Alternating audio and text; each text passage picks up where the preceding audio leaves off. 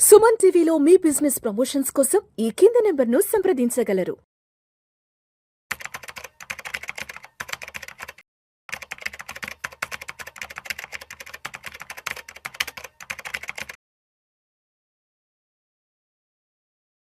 చక్రధర్ గారు నమస్తే సార్. నమస్తే అండి. చక్రధర్ గారు నిన్న మీరు ఒక ఆర్టికల్ ఏదో పంపించారు నాకు, ఏదో గోల్డ్ మానిటైజేషన్ స్కీమ్ అంట.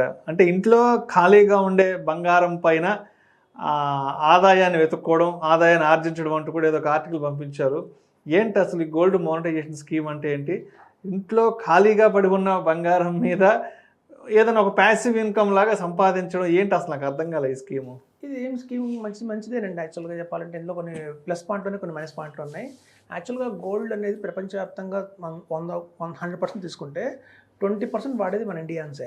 అంటే మన ఇండియాలోనే 20% గోల్డ్ ఉంది ప్రపంచవ్యాప్తంగా. అంటే చూడండి అంత డిమాండ్ ఉందో మన ఇండియాలో.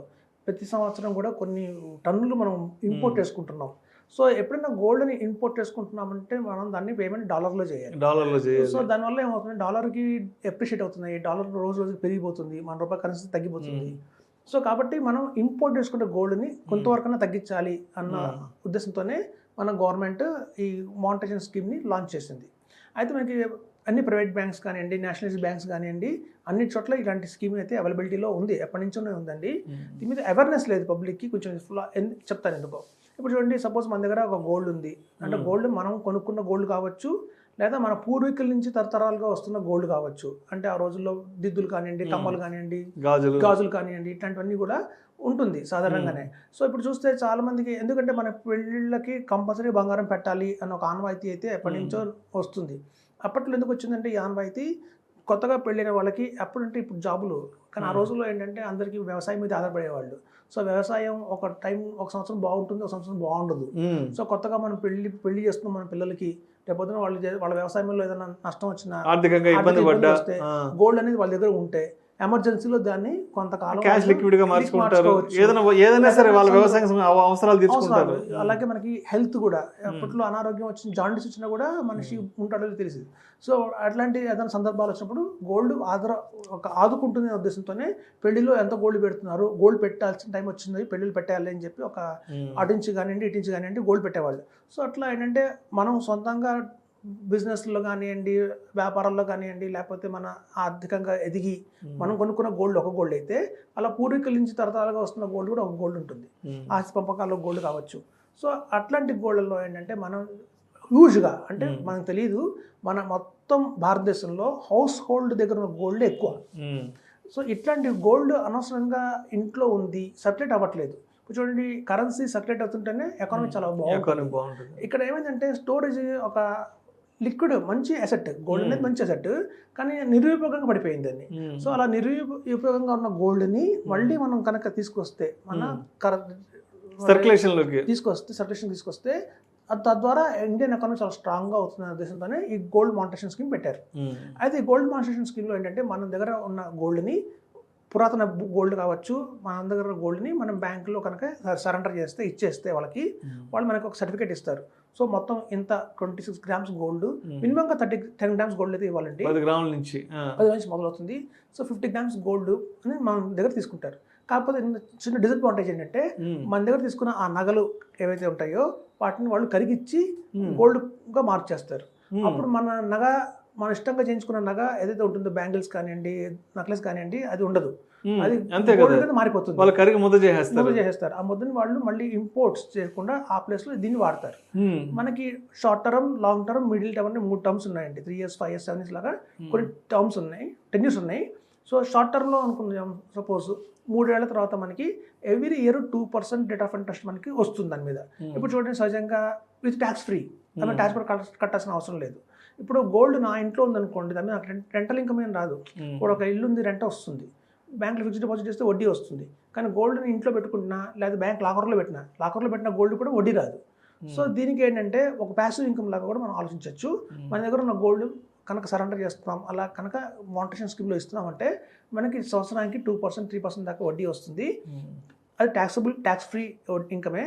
ఆ టెన్యూర్ అయిపోయిన తర్వాత మనం ఎన్ని గ్రామ్స్ అయితే గోల్డ్ ఇచ్చామో అన్ని గ్రామ్స్ గోల్డ్ కాయిన్ వస్తుంది మళ్ళీ మనకి. సో మన కాయిన్ రూపంలో మళ్ళీ మనకి గోల్డ్ వచ్చింది కాబట్టి మనం సేఫే. కాకపోతే ఇక్కడ నష్టపోయింది ఏంటంటే ఆ మేకింగ్ ఛార్జెస్ ఏవైతే ఉంటాయో, గోల్డ్ కొనేటప్పుడు గోల్డ్ మేకింగ్ ఛార్జెస్ చేస్తారు. సో మన ఆర్నమెంట్ మీద మేకింగ్ ఛార్జెస్ మనం ఆల్రెడీ కట్టున్నాం, కానీ మళ్ళీ వాళ్ళు దాన్ని కరిగించి దాన్ని కాయిన్ కింద మార్చారు కాబట్టి అది మనం లాస్ అయిపోయినట్టే.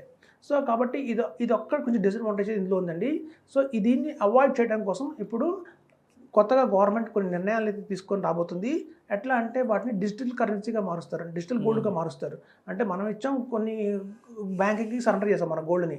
ఇప్పుడు రాబోయే రోజుల్లో మన గోల్డ్ని యాస్టీస్గానే ఉంచి ఆ గోల్డ్ వాల్యూని ఎలా ఉందో అంత వాల్యూ డిజిటల్గా మార్చి ఆ డిజిటల్ ట్రాన్సాక్షన్స్ చేసుకోవడానికి ఎలా ఉందో ఆలోచిస్తున్నారండి.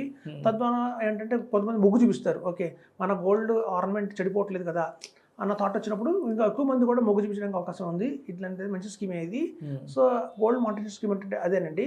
మన దగ్గర అన్నెసరీగా ఉన్న గోల్డ్ అంటే వాడకంలో ఉన్న లేని గోల్డ్ ఇప్పుడు చూడండి, చాలా మంది దగ్గర 10 గ్రాములు ఉంటుంది, 15 గ్రాములు ఉంటుంది. ఒక పెళ్లికి వెళ్ళినప్పుడు మన దగ్గర 10 నెక్లెస్లు వేసుకుపోతాం, ఒక నెక్లెస్ వేసుకుపోతాం, రిమైనింగ్ 9 నెక్లెసెస్ మీద మనకి పెద్ద ఏమీ యూజ్ ఉండదు. సో అట్లాంటివన్నిటి కూడా కనుక నిర్ణయం తీసుకొని కొంత మాత్రం గోల్డ్ కనుక మనం గోల్డ్ మానిటరీ స్కీమ్లో పెట్టుకుంటే అది మంచిదేనండి. ఇప్పుడు చూడండి, మన గ్రాండ్ మదర్ బ్యాంగిల్స్ వచ్చాయనుకోండి వంశపారంపర్యంగా, ఆ బ్యాంగిల్స్ అన్ని పాత ఓల్డ్ మోడల్ బ్యాంగిల్స్, అట్లాగా మనం వాటిని వాడాం. అట్లాగా మనం చూడండి మన బయట మార్కెట్లో గోల్డ్ షాప్కి వెళ్తే కనుక ఈ ఎక్స్చేంజ్లో గోల్డ్ ఎక్కువ ఇస్తారు. ఎక్కువ సహా మంది కొత్త కొనుక్కునే వాళ్ళు ఉంటే సహాన్ కంటే ఎక్కువ మంది పాత బంగారాన్ని మార్చి కొత్త బంగారం తీసుకునే వాళ్ళే ఉంటారు. అంటే అర్థం ఏంటంటే ఈ ఆ పాత బంగారం వాళ్ళకి ఇష్టం లేదనే కదా అర్థం. సో అట్లాంటి ఇష్టం లేని గోల్డ్ డిజైన్స్ కావచ్చు అన్నీ కూడా మానిటరీ స్కీమ్లో కనుక పెట్టుకుంటే మనకి ఇన్కమ్ కూడా వస్తుంది, తద్వారా ప్యాసివ్ ఇన్కమ్ వస్తుంది. సో మనకి 2%, 3% అనేది మంచి ఇన్కమే, ట్యాక్స్ ఫ్రీ ఇన్కమ్. అంటే ఒక సేవింగ్స్ బ్యాంక్లో ఉన్న 3% వస్తుంది మనకి, FDSలో 6% వస్తుంది. అక్కడ ట్యాక్స్ కట్టాలి, ట్యాక్స్ కట్టక్కర్లేదు. సో తద్వారా ఆలోచించుకుంటే ఇది కొంచెం మంచి ఆప్షన్ అండి.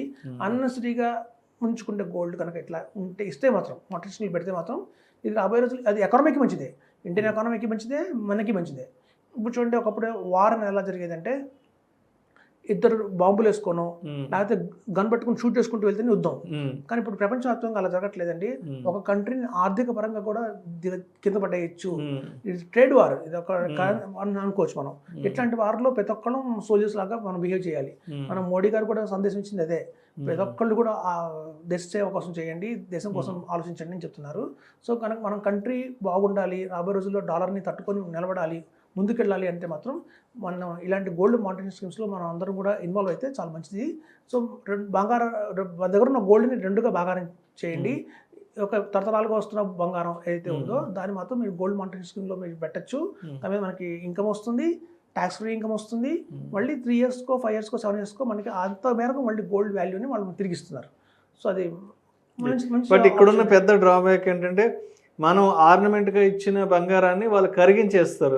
ఇప్పుడు 3-4 ఇయర్స్ తర్వాత మళ్ళీ మన ఆర్నమెంట్ మనకు కావాలంటే మన ఆర్నమెంట్ రూపంలో ఉండదు, ఏదో ఒక గోల్డ్ కాయిన్ ముద్ర రూపంలో అయితే ఉంటుంది, ముద్ర రూపంలో ఉంటుంది. ఇంకోటి కూడా ఆలోచిస్తే మనకి ప్రతి 3-4 ఇయర్స్కి ఫ్యాషన్స్ మారిపోతున్నాయండి. ఇవాళ మనం అనుకుంటున్న మంచి డిజైన్ ఇష్టపడి చేయించుకునే డిజైనే, కానీ 3 ఏళ్ళ తర్వాత చెప్పలేము, ఇది మన ఓల్డ్ అయిపోవచ్చు, ఇంకో మంచి డిజైన్ రావచ్చు. సో కాబట్టి మనం ఆ డిజైన్స్ మీద మనం మొగ్గు పెట్టుకోకుండా మార్చుకుంటుంటే మాత్రం అది మంచిదేనండి, మంచి ఆప్షన్ అది. Thank you sir, thank you so much Chakradhar గారు. థ్యాంక్స్ అండి.